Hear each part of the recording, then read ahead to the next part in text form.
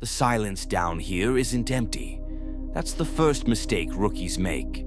They think Antarctica is quiet. It's not. It's deafening.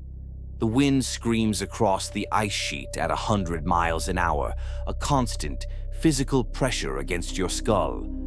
But it's when the wind stops, that's when you hear what's underneath it. I'm Technician Marcus Cole. I am currently the sole occupant of Outpost Sierra. My relief team was supposed to arrive 3 days ago. The blizzard has grounded them. And at exactly 3:14 a.m. this morning, the automated listening array outside picked up a heartbeat that wasn't mine. Outpost Sierra is an atmospheric listening station. We monitor deep frequency shifts in the ice shelf. It's a babysitting job for servers. It's supposed to be manned by 3 people, but budget cuts and a flu outbreak at the main base meant I came out here alone to cycle the power coupling. A 24-hour job that turned into a week-long sentence. The station is high-tech, insulated, and warm. But you never forget where you are. The cold outside is a living thing. If the generator fails, the temperature inside drops to 50 below zero in 20 minutes. You'd be dead before you finished shivering. For the first 4 days, I followed protocol. Check the servers, clear the external vents of ice, eat microwaved rations, sleep. It was boring, it was fine. Then the anomalies started in the data logs. At first, I thought it was equipment failure. The seismic sensors were picking up rhythmic vibrations. Too regular for ice shifting, too soft for a quake. It looked like tapping. I isolated the frequency. It was buried deep in the VLF range, very low. Frequency radio waves usually produced by lightning or auroras. I put on the headphones. I cranked the gain. At first, it was just white noise, the static hiss of the universe. But the human brain is designed to find patterns. If you listen to static long enough, you start to hear things, voices in the shower, music in the air conditioning. I swore I heard my name. Marcus, just once. Buried under layers of hiss. I checked the external mics. They were iced over. I had to go out. The suit takes 10 minutes to put on. Stepping out of the airlock is like stepping onto an alien planet.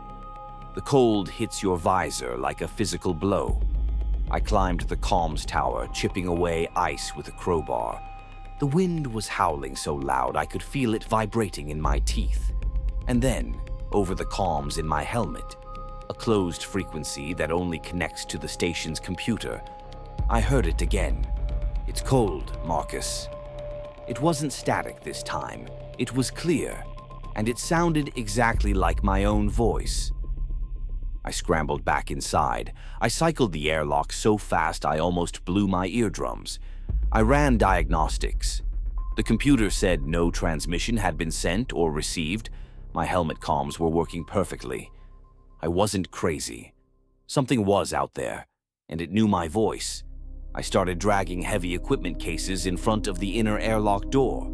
It was irrational. The outer door is rated to withstand a polar bear attack, but I couldn't stop myself. I sat in the control room, staring at the digital clock on the wall. The red numbers seemed to be the only warm thing left in the world. The numbers flipped. 3:14 a.m. The main generator died. The station plunged into emergency red lighting.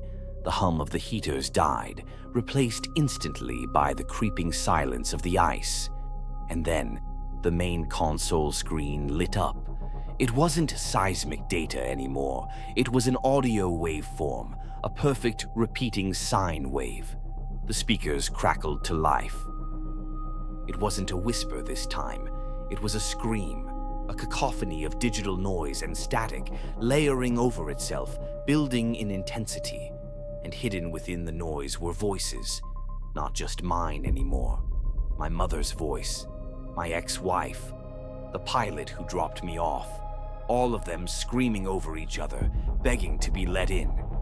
Marcus, open the door, it's freezing. Marcus, please, Marcus. It was the sound of the white noise trying to be human. The temperature in the station was dropping fast. I could see my breath in the red light. The screaming from the speakers stopped abruptly. The silence that followed was worse. Then I heard it. The sound I had mistaken for seismic tapping days ago. Clang. Clang. Metal on metal at the main airlock. I watched, paralyzed by the cold and fear, as the manual override wheel on the inner airlock door began to turn. I realized then what the listening array had picked up. It wasn't a heartbeat.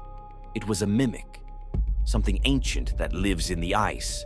Something that learned to sound like us by listening to our radio waves for decades.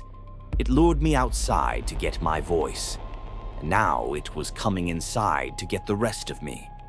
The wheel finished turning. The hydraulic seal hissed. I looked out the porthole one last time. The blizzard had momentarily cleared.